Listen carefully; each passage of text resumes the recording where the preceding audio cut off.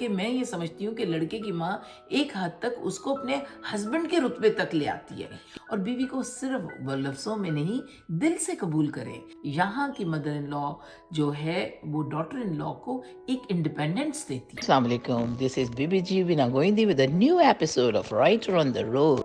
हम बात करते हैं कि ये सास बहू का रिश्ता, ये बड़ा ही खूबसूरत ताल्लुक है।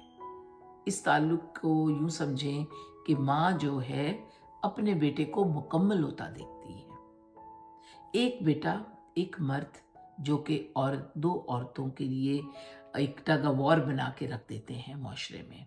मैं समझती हूँ ये मोहब्बत का वो रिश्ता है जो सास बहू का रिश्ता, चूँकि हमेशा जहाँ पर भी प्रॉब्लम्स क्रिएट होंगी वो लड़के की माँ की तरफ से होंगी, क्योंकि वो बच्ची जिसको आप ब्याह के लाते हैं वो अभी एक ज़िंदगी के उस फेज से गुजर रही हैं जिसमें कि इवॉल्व होती है, जबकि माँ एक उन सारे तजर्बात से गुजर गई होती है। वो सारी ऊंच नीच और उन जज्बों को भी अंडरस्टैंड करती है कि जब एक बच्ची की शादी होती है तो उसके दिल में क्या अरमान होते हैं, वो अपने हस्बैंड से, अपने शौहर से क्या एक्सपेक्टेशन रखती है, वो अपनी औलाद के लिए क्या ख्वाहिश रखती है, उसकी छोटी छोटी खूबसूरत ज़िंदगी की उमंगें क्या हैं। इन सारी ख्वाहिशात को मद्देनज़र रखते हुए एक सास को शादी से पहले लड़के की माँ को भी और लड़की की माँ को भी, पर ख़ास तौर पर लड़के की माँ को, ये हमारे माशरों में इस चीज़ का खसूसी ख्याल रखना है कि अपनी तरबियत कर लें। उसके लिए बहुत ज़रूरी है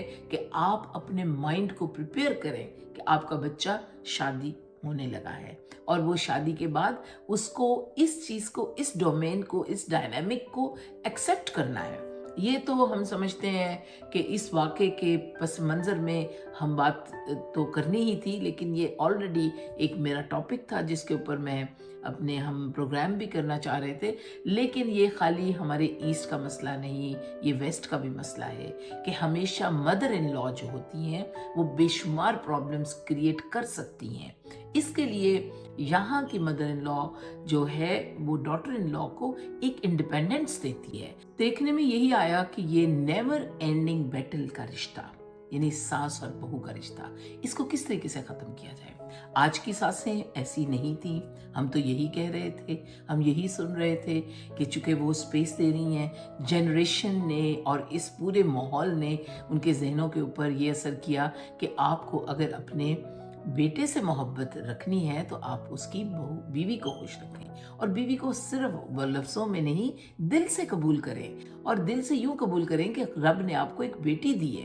क्योंकि ये कंपैरिजन में पढ़ना और अपनी बेटियों के साथ उसको यूं ही समझें कि वो एक इंसान है।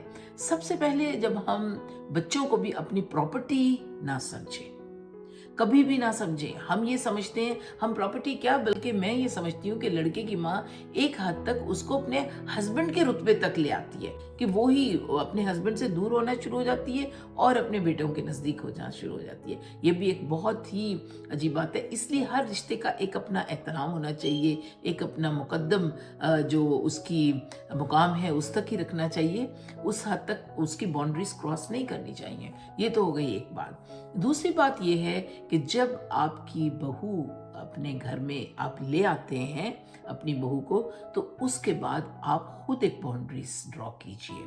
आप ये ज़रूर मानिए कि उसको उसी तरह समझें जैसे आपको एक ज़माने में जब आप बहू बन के आए थे तो आपको किस तरह किस चीज़ों की ज़रूरत थी, आप क्या चाहती थी, वही चीज़ आज ये बच्ची चाह रही है। तो खुदारा आप ऐसे मामलात में अपने उस जज्बे के लिए शादी से पहले उसकी तैयारी करें। कपड़ों की तैयारी ना कीजिए, सबसे पहले अपने जज्बों की तैयारी करें। वो जज्बा जो आपको एक नफरत का जज्बा है उसको टॉलरेंस में लाने की कोशिश कीजिए। मैं ये समझती हूँ क्यों नहीं हम अपने जज्बे को टॉलरेंस में लेके आते, कैसे हम किसी की जान तक ले सकते हैं। मेरे लिए आज की इस गुफ्तगू को तो हम जारी रखेंगे, लेकिन इससे ज़्यादा मैं ये प्रोग्राम नहीं कर सकती, क्योंकि मैं यकीन माने कि मेरे पास लफ्ज़ नहीं है।